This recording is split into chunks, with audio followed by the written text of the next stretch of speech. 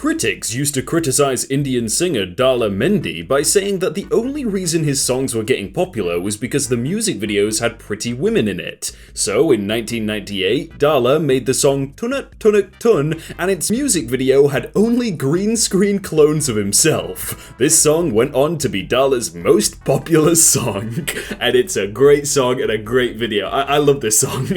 Hey everyone, my name is Jake and welcome to Next Level, where we're going to be looking at extraordinary people doing extraordinary things. And most of them are just way better than us at everything. Like, you'll probably feel bad about yourself, but they're really good and entertaining, so it's worth it. Enjoy. This startling, accurate Donald Trump copy. It's a job. It's a horrible job.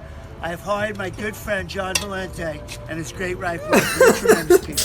And I'm going to tell you right now, he looks like him as well. We have to come in and do this It's job. the best impression. It's a tremendous impression. Chinese kid taking online classes under her parents' street food stand. Oh, that's kind of a cool photo. I mean, it looks very uncomfortable and it's probably really hot, but it's like powerful in a way. Harold Williams, a 20th century linguist and journalist, spoke 58 languages and learned Serbian in 2 days. He amazed delegates at the League of Nations by speaking to each in their own language. 58 languages? That's like the biggest flex of all. Like, you can have a really nice car, you can have a really nice watch or something, but 58 languages? You can impress anyone, like, well, mostly anyone. Like, 2 languages, that's great. 3 languages, that's really good. 10 languages is even amazing, but 58, that's so many. Somewhere my physics professor is smiling. Wait, a tractor and trampoline? How does this work? I was never good at physics. Does anyone that's good at physics know how this works? It seems like you'd get flown back, right? To protect and shred. Is he gonna do some... Oh, that was nasty. Gee, this guy's good. Garrett, who has Down syndrome, bench pressed a school record of 355 pounds. Wait, that's like 160 kilograms, right? That's a lot. Oh my, look at his body as well. Like, he would be pushing with his legs, but that's nothing. He's just doing it like straight from his upper body. That's insane. Oh, that's a pretty cool bike. It's made entirely out of balloons. Whoa. How real does that look? I would not be surprised if I saw someone like driving this. I'd be like, oh yeah, it's just a cool looking bike. It brings a whole new meaning to popping a wheelie though, doesn't it? This 86-year-old grandmother and her handmade needlepoint chair. 25 years in the making and 14 threads per inch. She used to pick up roadkill from the side of the road to compare thread colors. She also bought a peacock for color comparison. You know what I hate about this though? It's just you can't sit on it, can you? Like, you want to sit on it, but you spent 25 years making it. So is it really worth it? No. And she can't even sell it for anything because it's like priceless. I don't know what I think about it. It's amazing, but you can't use it. Picture of Albert Einstein teaching a class in Pennsylvania in 1946. I love this guy, like, far on the right, one to the left. He's like, he's doing the actual thinking face. I don't know who this is, but he's really accurate at throwing. Apparently he's in baseball major leagues, which makes sense. How? How is he hitting them so accurate? Like, what? He just hits them like it's nothing. This employee's smooth as butter save. How he just like throws it away like, yep, that happens all the time. Yeah. This guy shows us how to spin a staff and then does it in practice. Okay, his hand is like bending in ways it shouldn't, but it kind of isn't. I don't know how I feel about this. Okay, now he's doing a sped up one. I have a feeling this guy's gonna do it so fast. Okay, here it is. What? It doesn't move on the screen. It looks like he's got 2 staffs. This dude made a custom Zoom background for his next meeting where he brings himself a cup of tea. Oh, I love these ones. I can just imagine him making this, be like, this is gonna be so good. And he keeps a straight face, it's so perfect. I love how he has that Back to the Future poster in the background as well. It adds a bit of realism. Things you see in the hood. It's a guy doing push-ups. Okay, one hand, that's pretty impressive. Oh! Wait, replay that. How? How? I don't understand. Cop shows how it's done. Is he gonna sink this? It's gonna be perfect, isn't it? Oh, clean. I like the second guy in the background. Like, he probably missed because no one reacted, but no one got it on camera, so it's fine.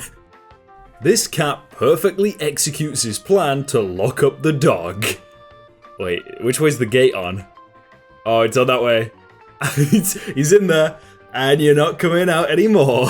I mean, that dog looks like you could probably jump that quite easily, but we won't think about that. The Great Grass Sea. Wow. This looks like Hyrule from Zelda. It doesn't look real. Where is this actually, though? Is it actually Hyrule? I don't see where else it could be. This awesome shot of the dog grabbing the frisbee. Wait, is that dog coming from water? It looks like they're just on top of the sea. This dog is like a dolphin. This amazing pebble art. Oh, that is clean. Do you reckon they glued it down and you can actually just keep it here? Because if they didn't, I don't want to lose this. Tiffany, an argument in favor of video games from a quarantined mother. My 15-year-old son has spent every second of his free time during this pandemic hanging out online, playing video games with his friends. He started by ranking up to the elite tiers of Apex Legends. I am told this is quite a feat. Honestly, I believe it because it took him and his friend 6 hours a day for a week to rank that high. After that came Sea of Thieves. He joined up with more friends and sailed the digital oceans until piracy lost its shine. Also, when 2 friends started arguing in-game. 2 nights ago, they made a plan to meet up as a big group on Fortnite. None of them really played Fortnite much anymore because the crowd is a little younger, but they didn't want to work too hard at playing, they just wanted to hang out. Last night, 6 of them met up again on Fortnite to hang out and play. They were goofing off doing stupid teenager stuff when they met a solo player named Jam Master. Sometimes if they meet solo players that are actually pretty chill, they'll join forces. Jam Master seemed pretty young, but he was by himself and they were having fun showing him what they knew about the game. They invited him to join their crew. Pretty soon they discovered that their first impressions were correct. Jam Master was much younger than they were, only 10 years old. They also discovered that it was his birthday in the morning. The boys realized that Jam Master had been hanging out by himself all night on the eve of his 11th birthday, which he would be spending by himself in quarantine. Clearly something had to be done. Y'all, they threw him an 11th birthday party. They took him on a bunch of adventures, gave him all the loot they could, helped him win a few battles, and made his stay up until midnight so they could all sing happy birthday to him. This morning, as my son told me about their adventures and all the fun they had, I started to cry. I was trying to say something like, "Oh, that's so nice," but tears just started spilling down my cheeks. He could not understand why. But can you imagine the disappointment of being quarantined for your 11th birthday, only to be met by a random 6-pack of teenage gamers who decide you're awesome and want to throw you a birthday party? What a roller coaster. What an experience. What an incredible thing to do for a young gamer. In conclusion, video games? Hell yeah. It's stuff like this which makes like video games amazing and like the communities behind them really good, but then there's some of them where it's like you join a game and you just get shouted at and abused by a group of people. It's like, where's the in-between? That's what gives it a bad rep. There is people like this, but there's also the other side of the spectrum like that. So it's just kind of like real life, I guess. One call missed, an IED that was defused before the detonation call was received. But they used a Nokia though. Like, surely the bomb would do nothing to the phone. I guess it could blow up the surroundings, but the phone is going to be perfectly fine. Catching a ball from 1,000 feet. Oh, I've seen these guys, they're good, they drop things, that's pretty much what they do. Oh, it must have hurt though, right? Surely it's coming down pretty fast. And someone put in the comments, can someone that has a physics background explain what's happening here? And he says, if you drop a ball, it falls due to gravity. Thank you for that. This is a game in Japan where you have to topple the guy on top of the pole. Or apparently you have to topple the pole down, the guy on there's just to help to support it. This looks kinda, ow, like that'd hurt, no? Look at them just like running on top of each other. Are they barefoot as well? They look barefoot, that's gonna hurt if you get stepped on. An incredible bunch of grapes that could last a lifetime. Wait, is that one, like, bunch of grapes? Is that how they grow? Or have they, like, put them all together? They must have, right? That's so perfect. And everyone is talking about the coffin guys, but no one is talking about these Amish guys. This is great. I love this. This is a great showcase of work smart and not hard. They're trying to get these foundation things in, I guess? I assume it's foundation. But it's such a good way. I'm kind of grooving to this as well. And if you made it this far, you may as well click another one, right? Like, you may as well. It's only 10 more minutes, and then another 10 minutes after that one, and then another one, and then another one, whilst you should be working. But this is better. Let's be honest, this is better.